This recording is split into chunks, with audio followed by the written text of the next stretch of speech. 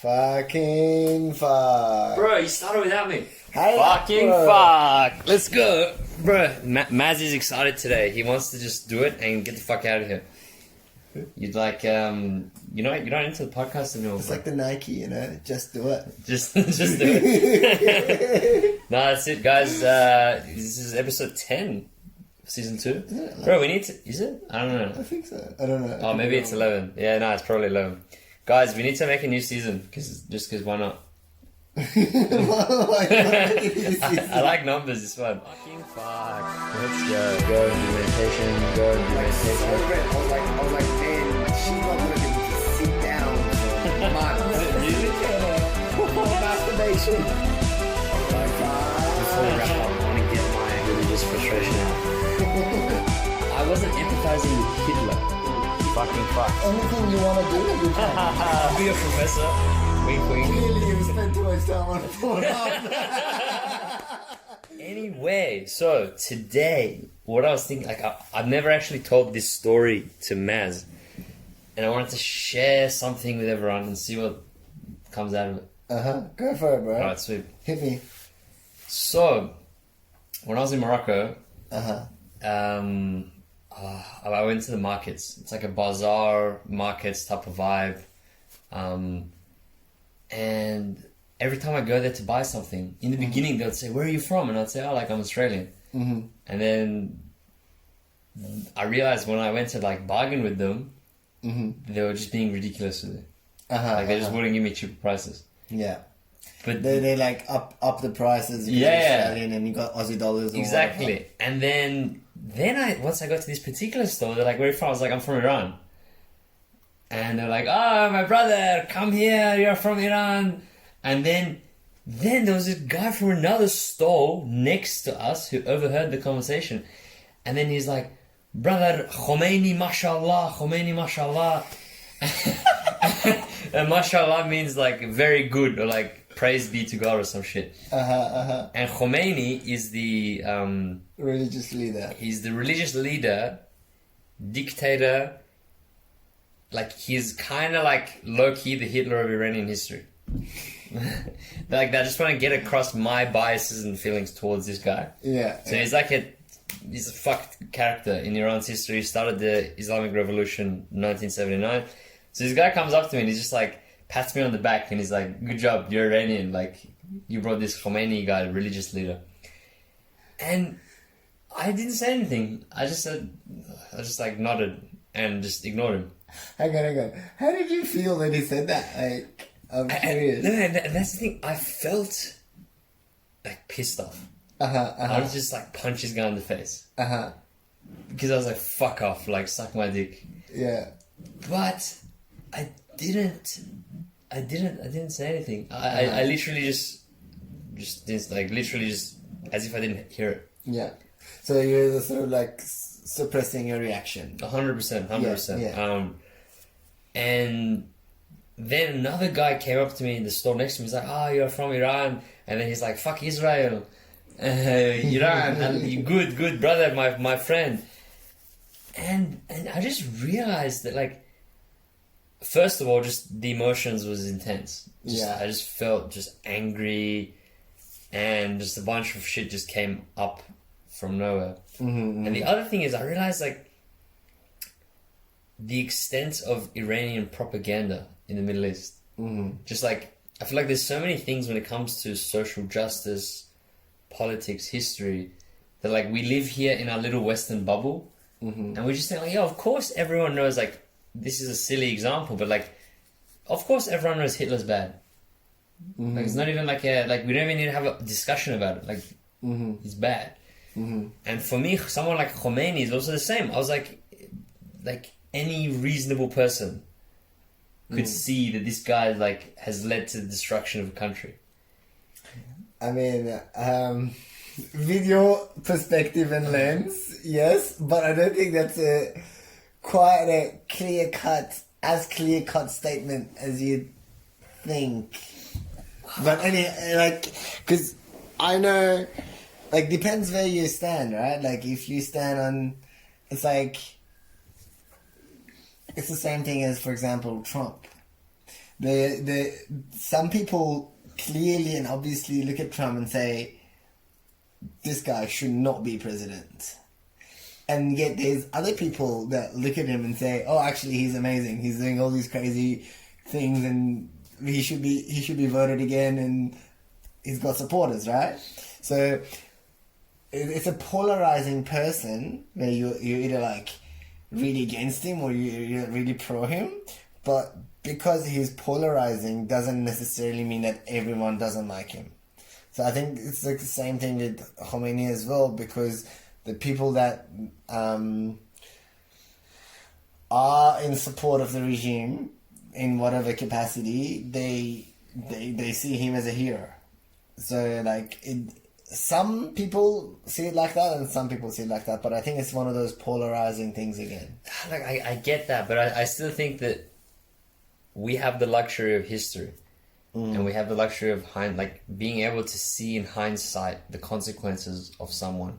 And I think polarizing issues, in my opinion, like, I'm more empathetic for polarity if it's happening right now. Yeah, like someone like Trump, yeah, you're like, okay, maybe in like 50 years, there'll be a lot more, leaked documents, interviews, more information that you can definitely say he was absolutely horrible or he was actually pretty good. Whereas I'm saying, like, there are people in history that you don't need. It's just clear, man. Just read the fucking history. And anyway, my point of mentioning this story is, how would you have reacted in that situation? I'm just curious. How would I have reacted? Or how should I have reacted? Because because I feel like suppression's not good, is it? Well, yeah. So I think it's going to the whole being authentic. You weren't authentic in that moment, were you? Bro, I'm in some fucking Muslim country, bro. I don't want to start fights with people. Like, you don't have. Look, we disagree all the time, right? Yeah. Even on the podcast, bro. We live in a free country, man. Disagree. You can have a different view and different belief and disagree, but do it in a respectful and open-minded way. Like sort of like you can say, I don't know. Maybe you could have. Maybe if I was in that position with your lens, with your sort of beliefs around this, I might have said, actually, I'm not a big fan of Khomeini, and just without maybe give a little bit of explanation. Say my sort of family got persecuted and as a part of, because we are Baha'i or whatever, however much detail you feel comfortable sharing in that circumstance. I don't know how much you would like to share, but I think it would be good to stay authentic as much as you can, while it's like still safe as well. Like, so it like, I get it as well. No, sometimes suppressing is the right thing to do. Something like, look, I get that, but my dilemma is in terms of, because I like the topic of authenticity, and I guess my dilemma here is, in one circumstance you say yes, be authentic and disagreement is healthy, air your grievances, try to have constructive dialogue. If you can't, then at least you tried. That's one perspective.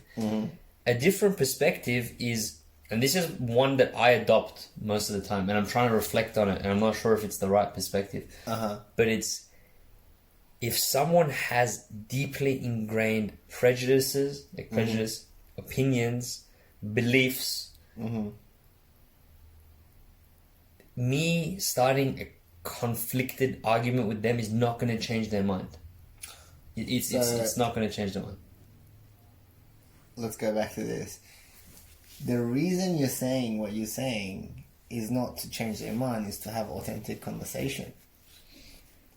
So if you think you should only have this conversation if you can change someone's mind, you're not doing an authentic thing for the sake of being authentic and having a conversation. You've got a ulterior motive and an agenda, however good or I don't like, doesn't matter if it's you're doing it because you want to be less hate in the world. Like, let's say someone's racist and and you want to change their mind to be less racist, so there's less whatever in the world, right? So that's a noble goal. Like, I would back that any day, right? Yeah. But if your goal, you have this agenda when you enter the conversation to change their mind, that's a whole different ball game than if you you're just having an authentic conversation about an issue that you conflict with them, and you, in that case, in the second case, when you're just having an authentic conversation, it doesn't matter if they change their mind or not.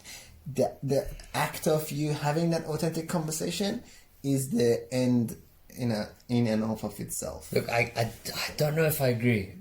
And the only reason is because I think if you have a bit of foresight, which means that you are able to predict human behavior to an extent. I think when I know someone's prejudice, when I know someone's belief, I know that if I disagree in that moment, their guards are going to come up, all right? So then I question, how authentic is our conversation really going to be if I know I'm triggering their guards? If you don't know, then that's fine. But when I know that their guards are going to come up, then I'm like, that makes the whole conversation useless. May as well throw it out the bin. So the alternative is I just shut the fuck up. I grab my opinion, my belief, my rage, my anger. I lock it in a box, throw it away. And for that next 10 minutes, I'm all ears. And I don't let that person know what I believe, because then the conversation can be more authentic, because that person is now more open. He's going to share with me, show me love, show me kindness, and then I can grow as a person. But you first of all, this foresight thing that you're talking about, right? Unless you've got superpowers, I think it's a lot of assumptions in there, because everyone's different. Everyone's uniquely different. And you don't even know how we react. Like, there's studies. People ask them, like, there's a study that showed people are really bad at forecasting how they feel about something when I've heard this study. You can't even forecast. You can't even have that foresight about yourself. So first of all, you're making an assumption that you can have this foresight about someone else quite accurately to I know, like not even like I think, like I know. That's a pretty big assumption. I don't think so though, bro. It's like when someone says Khomeini, mashallah.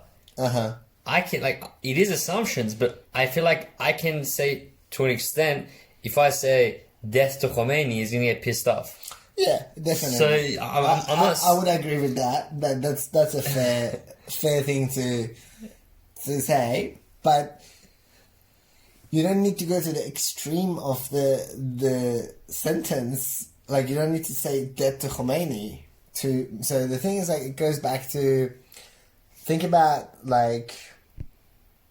So I actually used to get defensive a lot.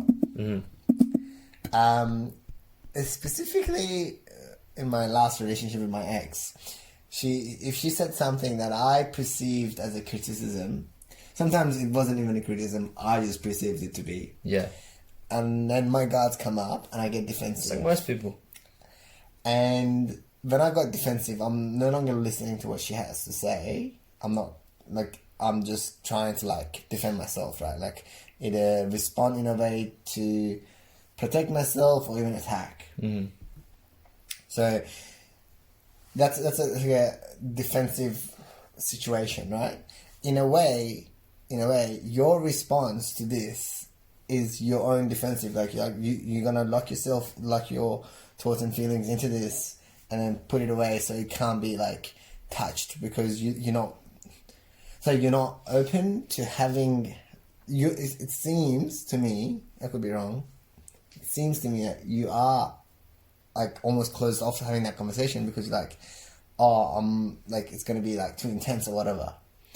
There's, like, a part of you that's like, I don't know, I'm making an assumption. You tell me if it resonates, but, like, unconsciously or whatever, you're like, I don't want to have this conversation. It's like, it's gonna be like, I'm not gonna be able to convince this person, and they probably won't listen, and what's the point? And so I might as well just, like, say nothing and just, like, hide away. So, like, a combination of those things is going on. Yeah, look, there's two things I want to touch on. But the first thing, in response to what you just said, look, you know me, one of my deepest values is open-mindedness. Absolutely. You know, Absolutely. that's really important to me. But still, I feel like there are certain things, and this is where I contradict a lot of my own values by saying, by saying what I'm about to say is there are certain things which I've made my fucking mind up. Yeah. Like it is ingrained in my skull. Like there is no coming back from that shit. You know. And for me, one of them is like that. Khomeini is bad. Simple as that. You know what I mean? Like Hitler was bad. You know, even though like, on paper you can look at all these fucking historical economic facts, but if someone tries to convince me the opposite, I'm not gonna be receptive. Yeah. To many things I'm open-minded, but not to this shit. You know, actually, probably the thing I like about you the most, and it's something that I've liked so much about you, it's something that you have and you do, and I'm like, that is fucking cool, but I've tried to emulate it in my life and try and do that. It's like, you tend to hold things loosely. Yeah, I do. Like, whatever belief, whatever thing you've got going on, like, yeah, you're holding it, like, you still believe it, you're holding it, but, like, you've got a loose grip. So, like, when you've got a loose grip, you've got some flexibility for some movements to see, like, if you get, like, new information, you're open to, like, change, and you're curious enough to not have a rigid stance. That's, like... number one quality in you that I love the most. Oh, it's one of my values. Yeah, curiosity, open-mindedness. Yeah. Yeah, and I feel like when you go to this like rigid space, it's probably, and you yourself said it as well. It's like out of alignment with your values. Yeah, it is. Usually, when things like that happens, it's like there's a background of trauma or things you don't wanna like look into. So you're like, fuck that, and then you close it off.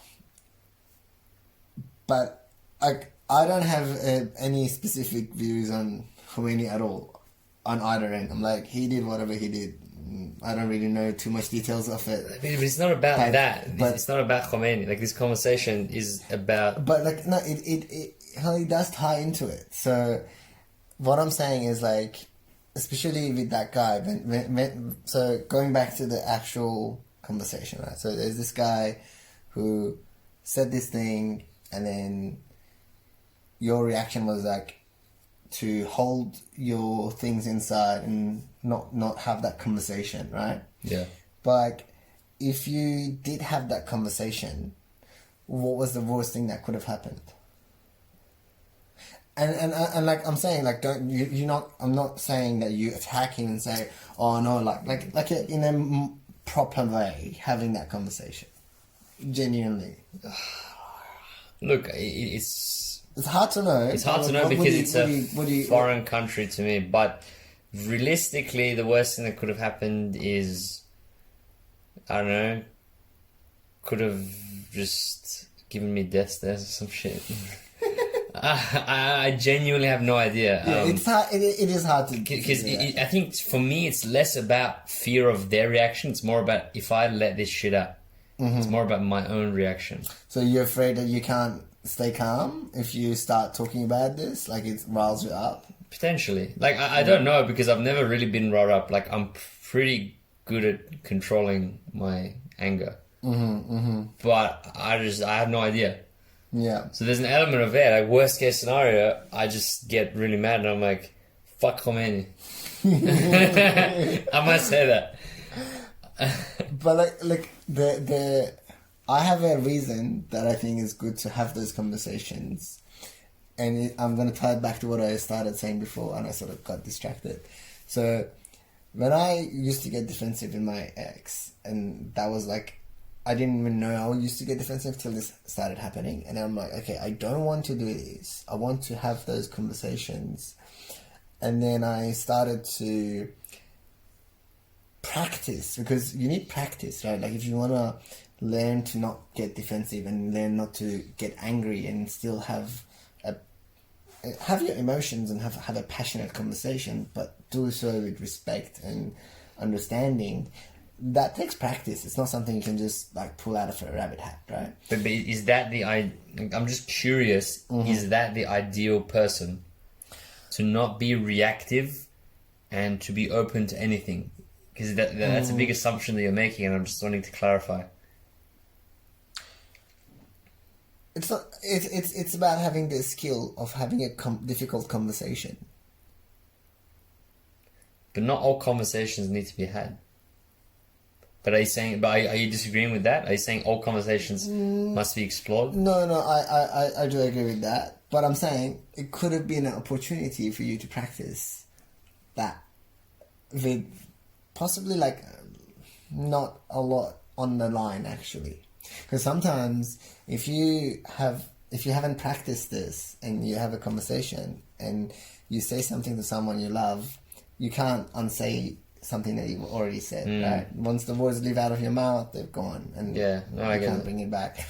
So it's like, I think things like that is an opportunity for you to actually practice the skills of having this kind of communication. So when you do need to, because this time you didn't need to have excommunication, right? Yeah. But sometime in your life, you will need to have that a communication that's like agitating or whatever. And if you've got the skills at that time, then the cost is not gonna... Well, can you elaborate? So what's these skills you're talking about? So the skill I'm talking about, first one is staying out of judgment and being curious. Don't listen with the intent to respond. Listen with the intent to understand, and just ask questions just to get exactly their perspective as they're saying it from their perspective. Okay, so let's just say I asked, be like, okay, like, you know, do you know much about what Khomeini did for Iran? Yeah, and then he'll talk. See if he's educated or if he's just like, no, he just brought, like, and then I can gauge where the conversation can go based on that. So you can, but, and he would, by saying this, by asking this question, he's not going to get defensive. He's not going to be closed off. He's actually going to be even more open. Yeah, but what if he says that, yes, I love him, he killed all the infidels? Well, what do I do next? Like, how do I prevent judgment when eventually someone deserves to be judged?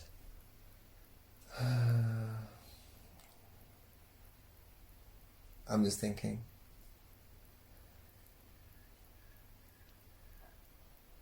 The only thing that comes up in my mind right now, probably not super relevant, but I'm going to say it anyway. It's like, this one time I was on a lifeline call. I'm going to take the details out, so it's confidential and anonymous. But someone had done something terrible. Absolutely terrible.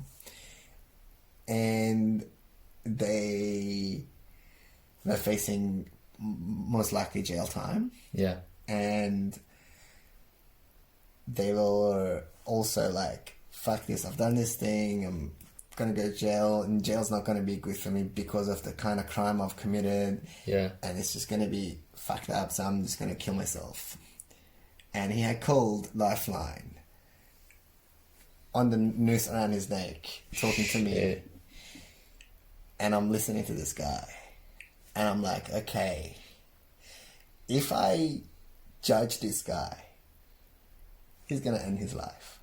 This is like a judgment is a life right here. Doesn't matter what kind of life he's lived and what he's done, still a life.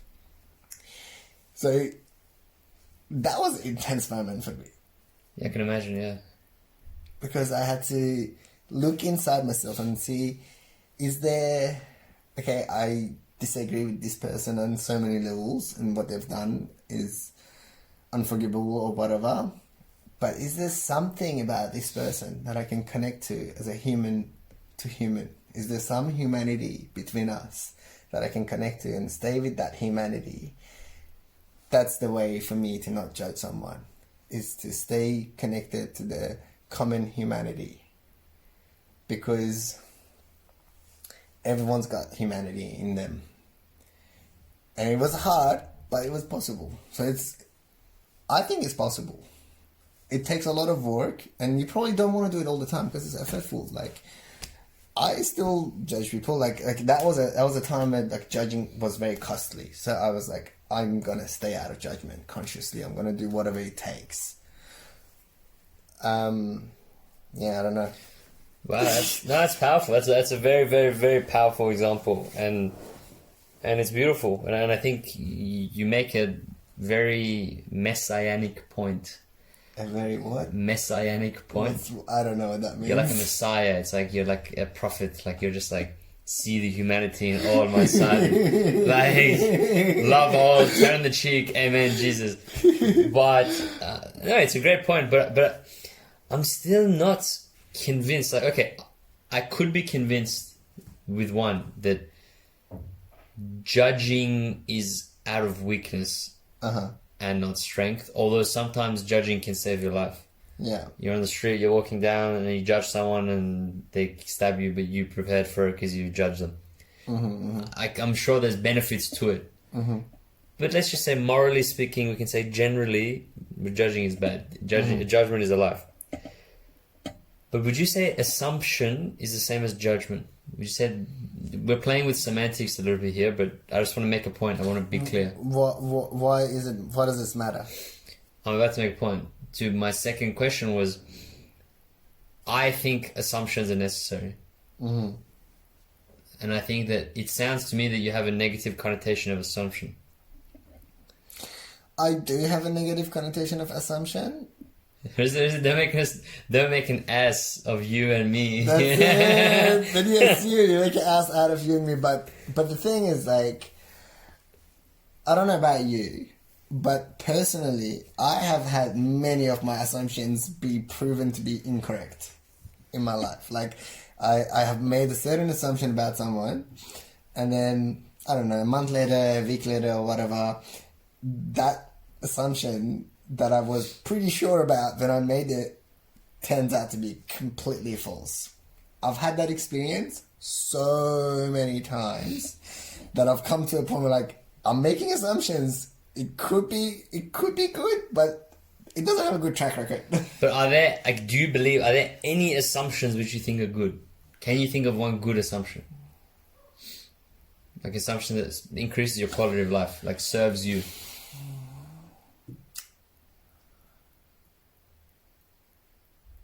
Not really. I mean, yeah. Just think. No rush.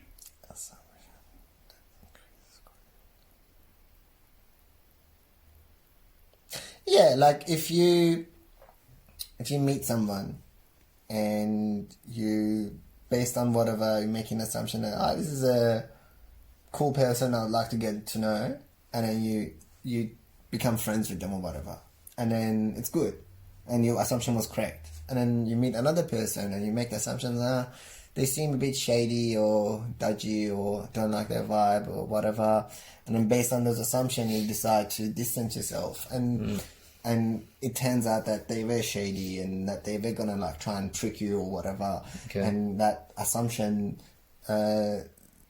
saved you from that. So it's like, in that example, in that example, I can see at least one assumption being used. No, because like the reason I'm trying to ask this is, I'm still conflicted. Like I'm gonna make a point, and let's just see where it takes us. But the reason I think this conversation is so important is I mentioned the Khomeini case because I like to think that generally speaking, I'm a pretty calm, collected person. I like to think that I have love and empathy for humans, and if anyone needs my help, I'm there for them. I don't want to hurt anyone. I don't want to kill anyone. And just I like to think that's me. Yeah, and I agree with that. Yeah. Because Okay. I know you very well. Exactly. So that's just the background of what I'm about to say. But with the stuff happening in Iran, like, I'm a big lover of rap. You know, American rap, British rap, and also Iranian rap, Persian rap. And recently, in the last 2 years, I guarantee you haven't heard any of the rap that's come out. Of course, I haven't. But there's some rap that's come out that is intense. It is so fucking intense. What do you mean by intense? Like, what is it? In many regards. One of them is just like, just pure rage. We will rip your balls out. We will shove it down your throat. Like, just crazy shit. Like, like just there's so much anger in these rap songs. And it's very poetic in the sense of, it's not just like, fuck, fuck, fuck, fuck, fuck. It's like the detail they go and the things they're gonna do to these like government officials, like it's fucking intense. And it's got like a catchy rhythm to it as well. Like it's irrelevant. But it's just like, and when I listen to that, those songs, if I listen to that for like 20 minutes, me who is a peace-loving person, there is a fire that starts within me, and I am actually like, I'm gonna beat the shit out of these motherfuckers. And it's the power of music and power of poetry and blah blah of emotions or whatever. But my point is, based on what you said, you know, like the reason I mentioned this is because you just mentioned the lifeline call and your experience with that, and you're saying that there is humanity in everyone. Yeah, and trying to find that.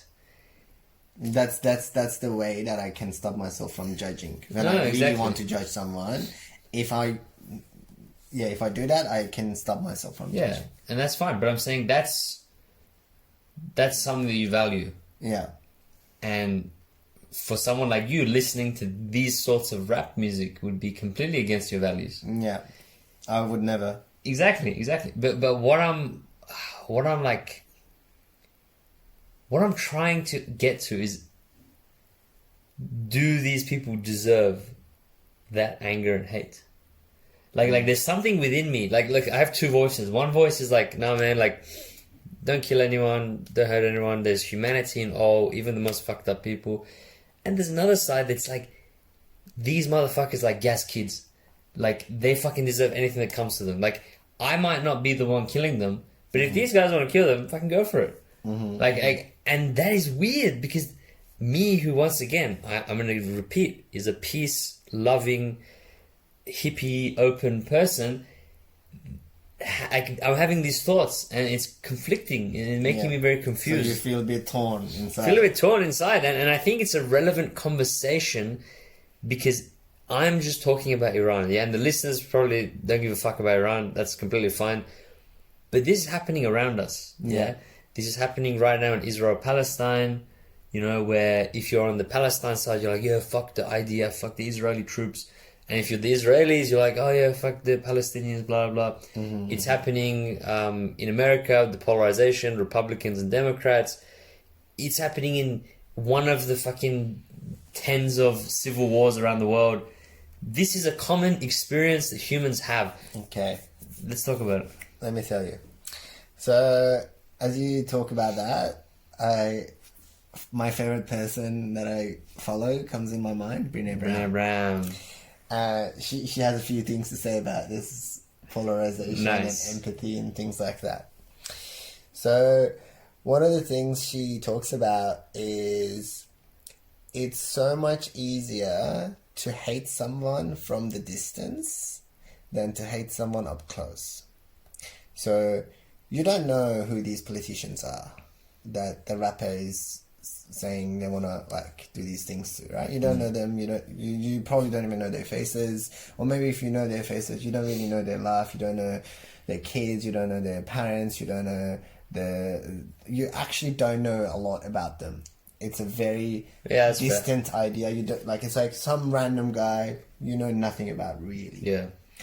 So what Brené Brown says is when you perceive someone to be so different and vastly like outrageously like on the other side or whatever, the closer you get to them, and when you have an actual conversation with them, and you try to have that conversation with that curiosity and understanding, you realize they're not quite where you thought they were in whatever area that you were seeing them to be there.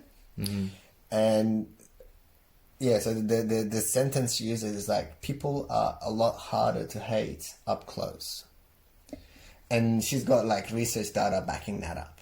So it's not just like idea. So that's why when going back to that guy, I said, you can be curious about him. Ask him a few questions. And then you actually diverted that by saying, what if he says, he killed all the infidels. So again, you painted him with the worst brush stroke you could find to create more distance between you and him, because you're like, I don't want to be near him. I don't want to associate with him. I don't want to agree with anything he has to say. So I'm going to paint him with the darkest color I can find. So he and I are different. Yeah. And that's a form of polarization, right? Yeah, you're right. But if you did actually have that conversation, chances are he wouldn't have said that. Chances are he would have said, yeah, like Khomeini brought the religion, and I don't know. I don't know what he would have said. Yeah. But I think what your go-to, what he could have said, I think that's about as extreme as you could have pushed it. Yeah, probably. Yeah. And chances are you never get that extreme, right? Usually. Mm. So you would have gotten somewhere in the middle, and then you could have met him somewhere in the middle to be like, oh, okay, like there is some, I can see how he could have this belief. Mm-hmm. And you can still see how you have your belief, and that's fine too. But now you're having a conversation. And having those conversations up close is the way to depolarize. Mm. Yeah, what do you think about that? I think that's very on point. I agree with everything you just said. Yeah. And I think that's one of the reasons, we've talked about this before, but like one of the reasons that I would love to have your friend, your Muslim friend, on the pod. And yeah, I asked her, she hasn't responded. But I just think that, and this kind of goes back to one of the earlier points we made, is the importance of conversations and dialogue. Yeah. But I was like, not all conversations need to be had, but now you're saying that most conversations would be beneficial. Yeah. Especially conversations where you're like, I hate them. Yeah. Them, the word them, us and them, if you have conversation with them, people that you see as them, whoever they might be, it might be a democratic and liberal, or like it might be anything. It could be like this soccer team and that soccer team. Yeah. Like it can be anything really. But wherever there's a us and them, having conversation with the people from the other side is almost always good. Has a positive effect. Yeah, it's interesting. It's interesting you mentioned this, and this is going to take us back to one of the older episodes. I don't remember which one, but a few weeks ago I was in Gold Coast, and I went to a friend of a friend knew someone who was having a house party in a place called Burleigh Heads, which is kind of like the Bondi-ish vibe so of like Gold a Coast. rich area. Just quite a rich area. Yeah. And I go to this house party, and I walk in, and everyone's white. Like, there's like 40, and it's like the most typical Aussie, like all the guys just barefoot in their board shorts, topless, with like either like a mullet or fucking whatever, like a beer, just watching the tennis. Not that it's a bad thing. It's fucking Australia. Like, great, good for them. Yeah. But I'm just saying, the reason I'm mentioning that is as like I felt like I stood out like a sore thumb. And I was like, okay, like, come on, I'm not going to judge. Like, you know, like, that's fine. I'm Australian too. Let's just go have a chat with people. So the host of the party is like this really Aussie guy. And me and my friend are there. He comes and we're just having a chat with him. What do you think we talked about for the next 20 minutes? I don't know. We talked about watches. And this guy's just like, yeah, I went to Japan and yeah, I was going to buy this like $20,000 watch and I should have bought it, you know, because it's not that much. And I was just standing there like, just trying my best not to be judgmental. But I just couldn't help it. And I felt like that conversation, and the reason I'm mentioning this, like this story, that provided more evidence about why there is a polarity between us, why there is me versus them, why they are so different to me and I'm so different to them. That experience, so I tried conversing, I tried being there, I was there for like 4, 5, 6 hours, but it didn't help the issue and it made me more polarized in my opinion. So I'm like, what would you say to that? So it's hard for me to say because I wasn't there at that conversation, so I don't know exactly what you said and what he said and how. Well, I didn't comment much on the conversation because I didn't really have anything to say about watches, but I was just there, like just every now and then giving my 2 cents, like yeah, that's cool, nice. Well, see, I think that what you just said then, because even sitting here, I'm like smelling inauthenticity, that stink, but like. That is probably why, because you, yeah, like I don't know, I don't know really, but I'm just making a guess.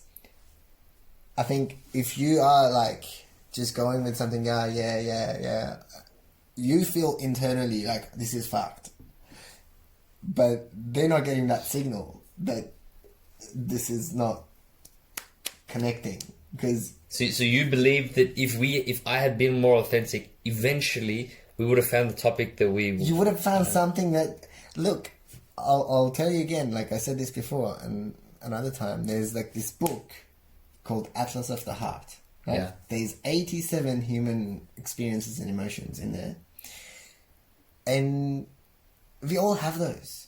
So like, you know, sure, he might not be experiencing poverty.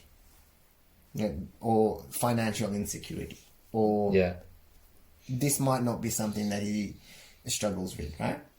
But maybe he just broke up with his girlfriend some other time. So he's had a heartbreak. You've had a heartbreak. That's something that you can relate to, and you can connect to the humanity, the common humanity of going through a heartbreak experience. And you can connect to that. There's so many things you could connect. You genuinely believe that? I genuinely believe that. There's so many things you can connect to that... But I feel like it's not as easy as that. What does it say? Everything good is hard to get. That's it, bro. I never said it was easy. I never said it was easy. But I'm saying it's doable. You can do it and it's valuable. So not only is it doable, but it's valuable. Because, like, because, see, if you othering people, like, these sort of the rich people, or these others, in whatever way, the more othering you're doing, the more isolated you are becoming yourself. You're like separating yourself. So you don't feel as connected to the world, the society. To the society and the place you're living in and the people around you. And so it's like you're like saying, they're different from me. And because of their wealth. And they are different from me because of their whatever else. And they're different from me. And don't you think... It's like a... Yeah, like what do you think is the... Do you think that serves a good function? The othering? Othering, yeah. No, that's what I was going to mention, is that I... Okay, look. I have a friend. I'm going to mention one of my friend's mentalities. Why they use othering. And this is my understanding of why I think they use othering. And another way of describing it is isolating a certain person or cutting off a certain person, but it's othering to an extent. And the argument is this. I hope I can do it justice. Let's just say we have a friend. Their friend, they're couples. Yeah? Jim and John.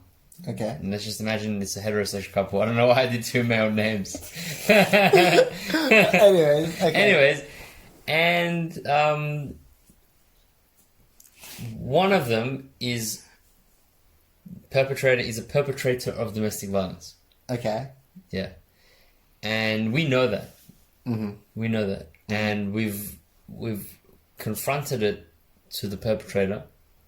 Perpetrator doesn't take any responsibility for their behavior. It continues to happen behind closed doors. Right, so this is a negative behavior. And let's just say the one who's being abused escapes, fucks off to Italy. Okay. So now Jim, who's the guy who commits domestic violence, is still in the friend group. You know, we see him on Friday nights at the pub. You know, Sunday at the picnic, Jim's there. So he's still there. But we all know what the fuck this guy did. Yeah. So the mentality is that, step one, we are all bystanders for letting someone like this get away with domestic violence. Yeah. And the second thing is, what we should do is cut Jim off. Cut Jim off, because if everyone had the mentality of cutting Jim off, then Jim would eventually fall onto the fringes of society, and then he would be forced to confront his behavior in order to be accepted back into the group. So like, can I just mention, I completely disagree with this. This is not anything that I do. Yeah. I think it's fucked up. I think it's toxic in a way that you're blackmailing someone into changing themselves. Anyway, so many issues, but please, what's your thoughts? First thing that I think of, so you think putting someone on the fringe of society is going to help them become a better person? That's not what I think, that's a theory. That theory. Yeah. This theory says, Yeah. go look up all the shootings that have ever happened. Go look up all the terrorists that ever happened. Why do they happen? Because those people are on the fringe of society. So all the most terrible things that have ever happened, I would make a big assumption, I could be wrong, is mostly done by people that feel like on the fringe of society. Okay. Like, so that's one thing. Okay. So I want to counter that, but continue. So, do you want to counter this and then we go to the next if you one? remember. Yeah. Yeah, okay. Okay, no, my only counter is take away fringe society, but you cut them off. Yeah. So let's just say you, who is like the morally superior, happy fucking friend, whatever, and they just fuck off and they make a group full of domestic violence people and they just like have a good time. Yeah. So they're not on the fringe of society. Yeah. But it's about depriving them of social connection in order to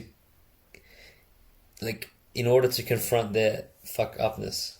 So it's just a matter of being a bystander. Like, are we a bystander if we do not confront, if we do not argue, if we do not say us versus them? Look, shame is not an effective tool for change. Okay, elaborate, please. So, in this sort of like essentially you're shaming. Pretty much, it's low key excommunication, like religions and shit do. Yeah, you're shaming him. So, shame. I just did a workshop last night, and I was talking about this in the workshop.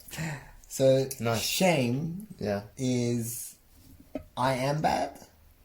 Guilt is I did something bad. So the focus of shame is on the self, and the focus of guilt is on the behavior. Shame is highly correlated with addiction, with eating disorders, with depression, with violence, which is important in this example. And guilt is negatively correlated with all of those. So you're saying guilt is fine, but shame is big bad, big no-no. Yes. And it sounds like in this dynamic, it sounds like it's more like a shame thing. You're shaming them. So So you're saying no one deserves to be shamed? Like, what if... Like, I'm saying shame is not an effective tool for behavior change. So if you want someone to become less violent to the future partner, shaming them into that is probably going to have the reverse effect. But anyways, I was going to say something else. Yeah. So that's one thing, like, when this theory of like putting someone like to the side so they do that. But second thing as well is, look, if I knew someone has done that and I've told them, I've confronted them. So you said you like in this example, Jim has been confronted. Yeah, and Jim doesn't give a fuck. So because Jim has been confronted, you're not a passive bystander because you have done the confronting thing. But then you just continue to hang out with him at picnics and let him into the friend groups and go out and watch soccer with him. I personally wouldn't. Okay, and why wouldn't you? Because I want to be around people that I want to be around. So as and a I result, wouldn't want to be around that person. Exactly. So you're doing the same thing as the person who what I just described. But it's very different intentions. And do you think intentions matter? Definitely. But why? It's the same result for Jim. It's the exact same result for Jim. Why the fuck does it matter what your intentions are? He is eventually A, either pushed to the fringes of society, or B, pushed into a more toxic friend group, and he continues to do what he does. So the consequence is the same, regardless of your intention. How do I word it? Okay, so the intentions do matter because, let's say I was in this scenario, I would come and tell Jim, and I would tell Jim, I would guilt Jim, I would tell Jim, because you are doing this, I don't want to be associated with someone who is doing this. And I would focus on the behavior that he's doing. Okay. I would guilt him, and then I would distance. Okay. So he knows if he stops doing that, exactly, I would be okay to interact with him again. And my friend that I mentioned, that's exactly what they do. Yeah. So like that was my point. Yeah, I think that sounds good, but it's not quite. But that's creating us and them. You're saying us, we are the ones who are morally superior, and them is Jim. So I'm saying you gave all this thing about conversing with people who do things differently to you and finding humanity. But you are having a conversation with them. You like there's these conversations being had with them. You've got some sort of understanding. You are up close. I was saying, don't like. Look, you might get close to someone and still hate them.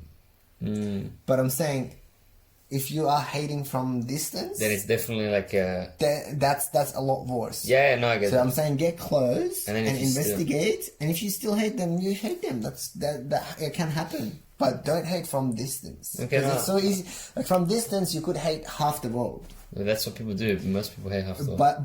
But from up close, I doubt you would hate 5% of the world. No, I like that.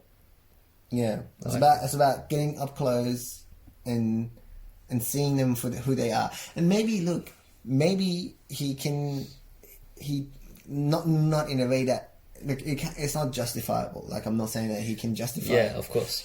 But maybe he can tell you where he's come from, what has led to the situation, and maybe you can empathize that. Maybe if I was in that situation, I would do the same thing. Like. You don't like. I don't know Jim. No, I get that. Look, maybe Jim grew up in a house where Jim's dad was abusing his mom, and there's a lot going on with Jim. So it's like There's no excuse. It's not excuse. It's not excuse. Yeah. It's not about excusing. It's about having some level of understanding and humanity. So it's the othering gets less. The othering, like you can still distance yourself because you don't want to associate with them. You have all the right to not want to, but by getting close, you can see. Okay, they have done this terrible thing, but there's also some understanding beyond it. It's like you're not just saying, yeah, you did this.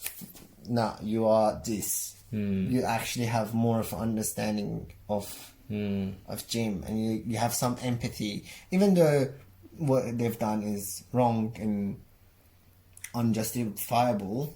You have some empathy. Okay, I get that. No, I'm happy with that. And that stops the othering. If you have empathy towards someone, Stops the othering. it stops the othering. Yeah, and I just want to wrap up to just be like, that's why this conversation is so relevant, because even me in the span of this 1 hour conversation, I realized like how much I do other and how much prejudice I do have and how many assumptions I do make. And I'm like, I guarantee everyone listening to this episode. Look, I do it too. Yeah. It's a constant journey to learn to, like, for me, it's like one of my top value is non-judgmental.